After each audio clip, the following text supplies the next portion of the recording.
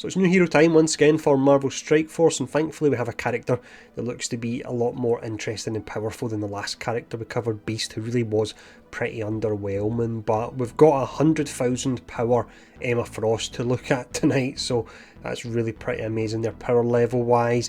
And again, our kit looks to be really interesting as well, so this will hopefully be nice interesting first impressions. But what we'll do, usual format, we'll have a look at our stats. They've all been graded in the spreadsheet, and power creep is still settling in here. We'll talk about the abilities and which ones you would actually tier for. We'll check out our animations, some I've not actually done yet, and then from there we'll go into, I think it's Nexus 8.1 is the stage we generally do these days. We'll go in with a Marauders team and we will absolutely smash it. So let's check out the stats first. As mentioned, the stats have been punched into the spreadsheet, so her health, checking that out, is up at an A rating. That is pretty relevant to her because she's actually got inbuilt passive regen, and that opens up quite a few opportunities for her when it comes to raids. Her damage is a D rating, so that is on the lower side there. Armour is sitting at an E, but she's got part of her kit where she can actually buff that. That's when she goes into, I believe it's diamond forms, it's diamond or crystal. Let me know in the comments below which one it actually is. And then we've got her focus, which is without a doubt subject to the crazy power creep in the game. This would be an A++ rating if I was ever to give ratings such as that, because it's highest focus rating in the game at the moment. Of course, you've got characters, they get multipliers, but on its own as a flat stat, she is #1 for focus at the moment. We've then got resistance really high as well. That's actually up at an A rating there.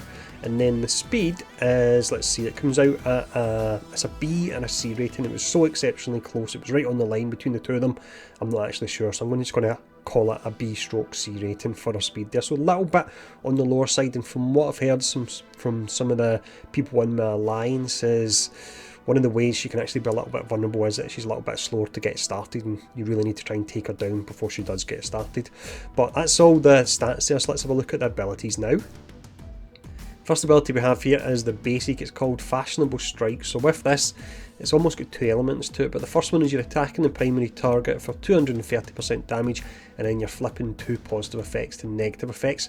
If you're charged, I believe she gains that through the special, then you're attacking the primary target for an additional 50% damage, so it goes up to 280, and then rather than flipping those effects, you are clearing them. So clearing's not as good as a flip. I would much rather get the likes of a bleed or something like that rather than just clearing it, but you are getting the additional damage.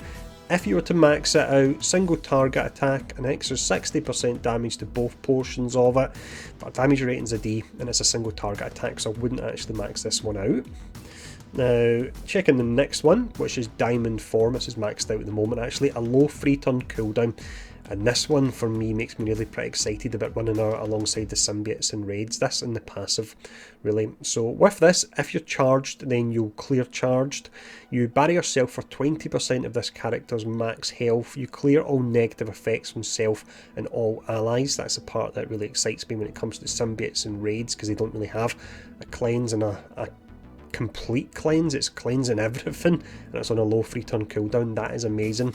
Also with this, you apply immunity to self and all mutant villain allies. That'll be when you're running with a Marauder team, and then you apply slow to all enemies. Going back to the symbiotes once again, that means they'll be healing from the buff, and then you'll gain the charged. We'll see what the charge actually does later on. You can see it did affect the primary attack, but it will affect other attacks as well.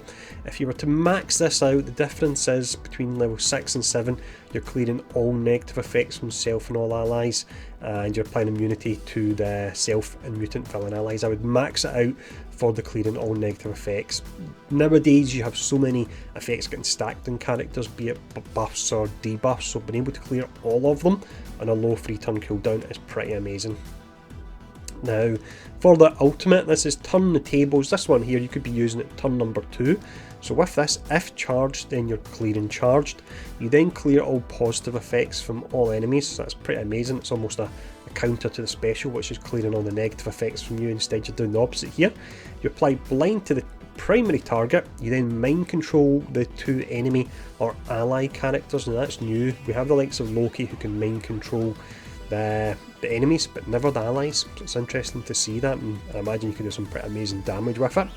But they will be mind controlled to damage the primary target.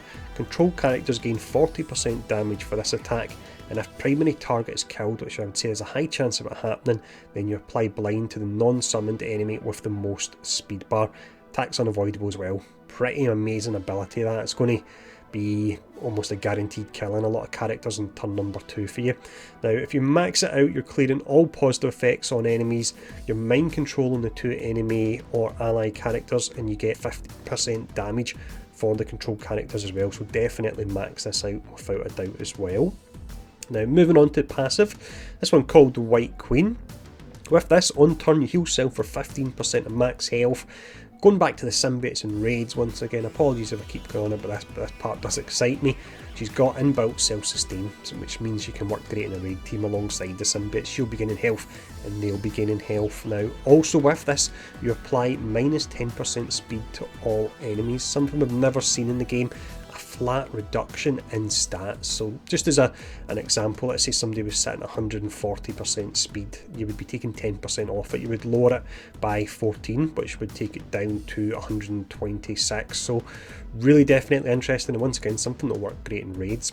But while you're charged, you'll gain 400% armor. So our armor was an E rating, that'll pull that way up. Imagine probably pulls up to an A rating, and then a whopping 500% resistance, and our resistance was already an A rating. Then on war defense on spawn, you apply defense up for 2 turns to mutant villain allies. That's your marauder characters basically.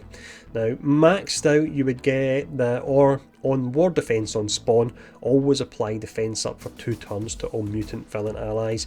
Previously you're only applying it for, or you only have a 50% chance to apply it. So if you're in an alliance which really goes hard on war and you're really wanting to show off your war defense for the marauders, then you would max this out. But it really comes down to whether or not you take war that serious or not. But that's all the abilities. Model wise, looks nice. Her face does look odd. A lot of people said that her face definitely looks a bit off, to be honest. It really does. That art team, I think, with some of the recent characters, possibly with everything that's going on in the world at the moment, but the art team with some of the recent characters has been a little bit on the disappointing side. But there we go. Let's now jump in actually and we'll check out her animations. So I'm quite excited to see how she looks when she goes into crystal or diamond form here. So starting off, let's actually just fire this up straight away. Go for the special. There's a barrier, huge amount of barrier, slow on everyone. There we go. That's pretty nice looking, all the sparkles coming off her. So one thing I should have mentioned when I was talking about the abilities, I'm pretty certain the way this will work is if you then were to use the ultimate, you would lose your charged, which means you're taking her out of this extra form, which gains extra resistance. But if you continue to use the basic, which we'll test in a moment, I'm pretty sure she'll actually stay in this form, because it didn't say that would get rid of your charged. So let's actually see. If you want to keep her tanky, that's nice. I like those kicks there. That's what Emma should be doing, laying the smack down. Yeah, this looks to be working the way I was thinking. If you want to keep her really tanky, just don't use that ultimate. That's actually pretty awesome, and I don't think we've seen anything like that before, where you can keep the charged on them, keep the different effect.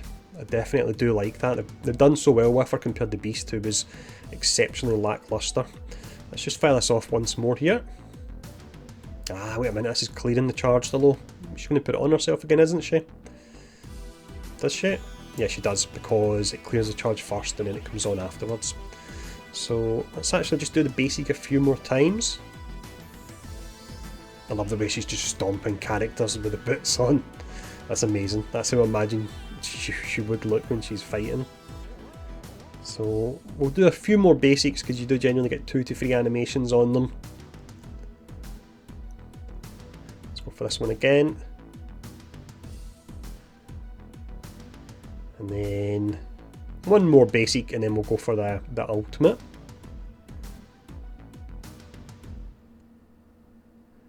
And I'm curious when she controls. No, it's not going to work. I was thinking for a second there, when she controls the people with the most damage, would she potentially use herself? But I don't see that happening. We'll find out in a second, but I don't see it happening.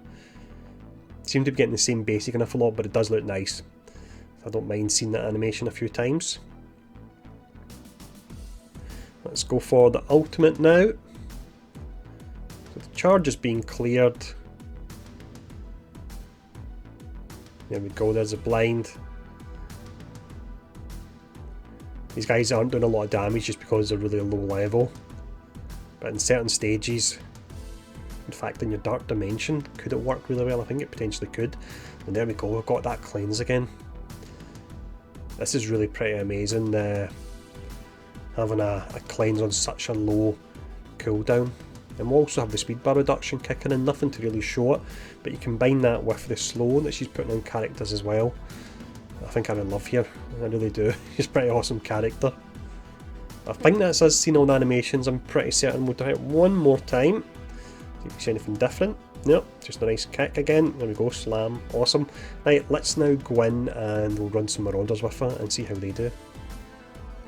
We'll keep the animations on ×2 here because we have already seen them and the other characters have been out for quite some time. Let's taunt up at the start here. Rotation isn't going to be perfect, this is the first time I'm trying them. It's just interesting to see them all together, see how it works out.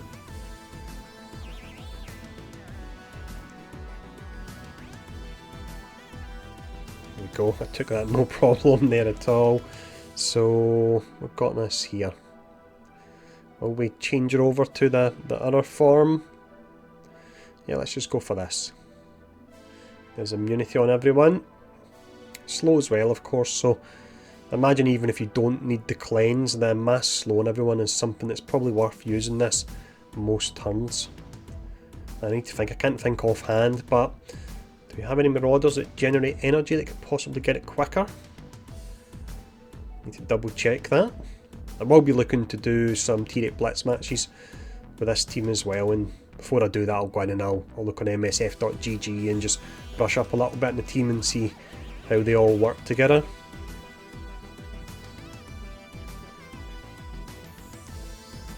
It's been so long since I've actually played the Marauders team because generally I'll just have them on War Defense. It's not an offensive team I use much. There we go for that ability. So that was nice.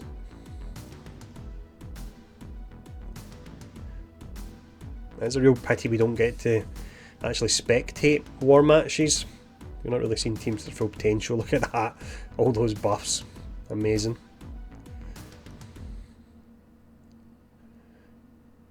So this is Nexus 8.1, but with the power levels we have here, you would think it was one of the earlier chapters. You would think it was chapter 1 or something that I was doing, but no. I can smash through it this easy with these power levels. Almost done.